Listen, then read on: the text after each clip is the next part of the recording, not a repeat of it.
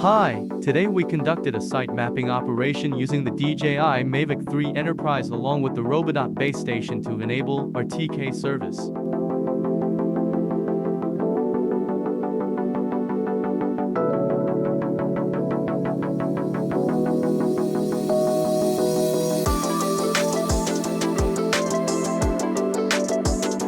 A total of 51 photos were captured, and the flight duration was 1 minute and 19 seconds. The video has been sped up for viewing.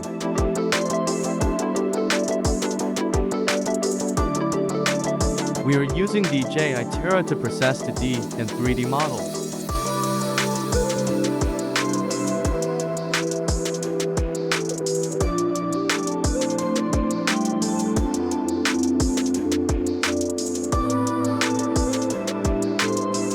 This is our base 3D model.